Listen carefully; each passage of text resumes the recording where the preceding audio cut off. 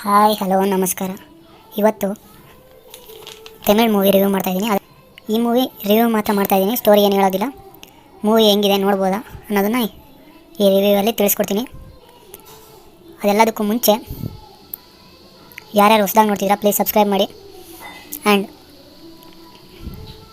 Like ಮಾಡಿ. ಈ movie name ಬಂದುಬಿಟ್ಟು ರಾಯನ್ ಅಂತ.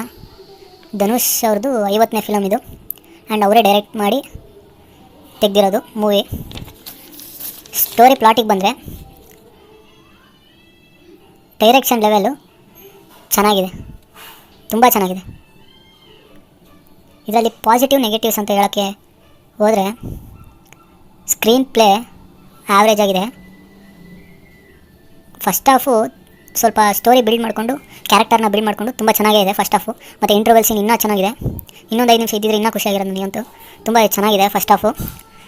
ಸೆಕೆಂಡ್ ಹಾಫು ನಮಗೆ ಸ್ವಲ್ಪ ಬೋರಿಂಗ್ ಯಾಕೆ ಆಗುತ್ತೆ ಅಂತಂದರೆ, ನಾವು ಯಾವುದೇ ಫಿಲಮ್ ನೋಡಬೇಕಾದ್ರೂ ನಮಗೆ ಎಕ್ಸೈಟ್ ಆಗಬೇಕಂದ್ರೆ ನಮಗೇ ಗೊತ್ತಿಲ್ದಿರೋ ಸ್ಟೋರಿನಲ್ಲಿ ನಾವು ಇದೇನಪ್ಪ ಇಂಥ ಸ್ಟೋರಿ ತೆಗೆದವ್ರೆ ಅನ್ನೋ ಥರ ಅನ್ನೋ ಥರ ಎಕ್ಸೈಟ್ ಆಗಬೇಕು. ಬಟ್ ಈ ಫಿಲಮಲ್ಲಿ ಸೆಕೆಂಡ್ ಹಾಫಿಂದ ಆ ಥರದ್ದು ಏನೂ ಆಗೋದಿಲ್ಲ. ಯಾಕೆ ಅಂತಂದರೆ ಸ್ಟೋರಿನೇ ಈಸಿಯಾಗಿ ಪ್ರೆಡಿಕ್ಟ್ ಮಾಡ್ತಾರೆ. ಯಾಕಂದರೆ ಇದು revenge mode film. Revenge films ತುಂಬ ಇದೆ, ರೂಟೀನಾಗಿ ತುಂಬ ಫಿಲಮ್ಸ್ ಇದೆ, ಒಂದಲ್ಲ ಎರಡಲ್ಲ ಬರ್ತಿ ಎಷ್ಟು ನೋಡಿಲ್ಲ.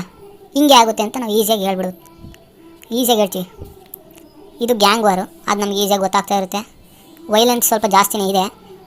ರಿವೆಂಜ್ ಅಂದಮೇಲೆ ವೈಲೆನ್ಸ್ ಜಾಸ್ತಿ ಇದ್ದೇ ಇರುತ್ತೆ. ಇದರಲ್ಲಿ ಸ್ಟೋರಿ ಅದೇ ಹೇಳೋದಲ್ಲ, ಸ್ಟೋರಿ ರಿವೆಂಜು ಅದಕ್ಕೆ ಒಂದು ಸ್ವಲ್ಪ ಆ್ಯಾವ್ರೇಜು. ಬಟ್ ಆ್ಯಕ್ಟಿಂಗು ಧನುಷ್ ಅವ್ರದ್ದು ಸೂಪರ್ಬಾಗಿದೆ. ಮತ್ತು ಅವ್ರದ್ದು ಸಪೋರ್ಟಿಂಗ್ ಕ್ಯಾರೆಕ್ಟರ್ ಸಂದೀಪ್ ಕಿಶನ್ ಅಂತ ನಿಮಗೆ ಗೊತ್ತಿಲ್ಲ, ಬಟ್ ಅವರು ಹೀರೋನೇ. ಅವ್ರದ್ದು ಮಾತ್ರ ಸಖತ್ತಾಗಿದೆ, ಅವ್ರದ್ದು ಆ್ಯಕ್ಟಿಂಗು ಚೆನ್ನಾಗಿದೆ. ಇಂಟರ್ವಲ್ ಸೀನ್ ಮಾತ್ರ ಸೈಕಾಗಿದೆ.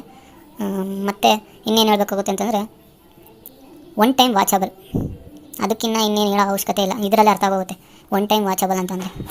ತೆಗ್ದಾಕಂತನೂ ಮೂವಿ ಅಲ್ಲ, ಸೂಪರಾಗಿರೋ ಮೂವಿನೂ ಅಲ್ಲ, ಮಿಡ್ ಲೆವೆಲು. ಏಕೆಂತಂದರೆ ಸೆಕೆಂಡ್ ಹಾಫು ಸ್ವಲ್ಪ ಸ್ಟೋರಿನ ಡಿಫ್ರೆಂಟಾಗಿ ತೆಗಿಬೇಕಾಗಿತ್ತು. ಅದೇ ಸ್ಟೋರಿ ರೋಟೀನ್ ಆಗಿದೆ, ಅದಕ್ಕೆ ಅಷ್ಟೊಂದೇನು ಇಷ್ಟ ಆಗಲಿಲ್ಲ. ಧನುಷ್ ಅವ್ರದ್ದು ಕ್ಯಾರೆಕ್ಟರ್ಸು ಸಖತ್ ಆ್ಯಕ್ಟಿಂಗ್ ಮಾಡಿದ್ದಾರೆ. ಎಲ್ಲರೂ ಆ್ಯಕ್ಟಿಂಗ್ ಎಲ್ಲ ಚೆನ್ನಾಗಿ ಮಾಡಿದ್ದಾರೆ. ಸ್ಟೋರಿನೇ ಸ್ವಲ್ಪ ಬೇಜಾರಾಗೋದು. ಒನ್ ಟೈಮ್ ವಾಚಬಲ್ ನೋಡ್ಬೋದು. ಯಾರಿಗಾದರೂ ತಮಿಳ್ ಫಿಲಮ್ಸ್ ಇಷ್ಟ ಇದ್ದರೆ ಇದ್ರದ್ದು ಸ್ಟೋರಿ ನಾನೇನು ಹೇಳೋ ಅವಶ್ಯಕತೆ ಇಲ್ಲ, ಅಂಥ ಮೂವಿ ಏನಲ್ಲ.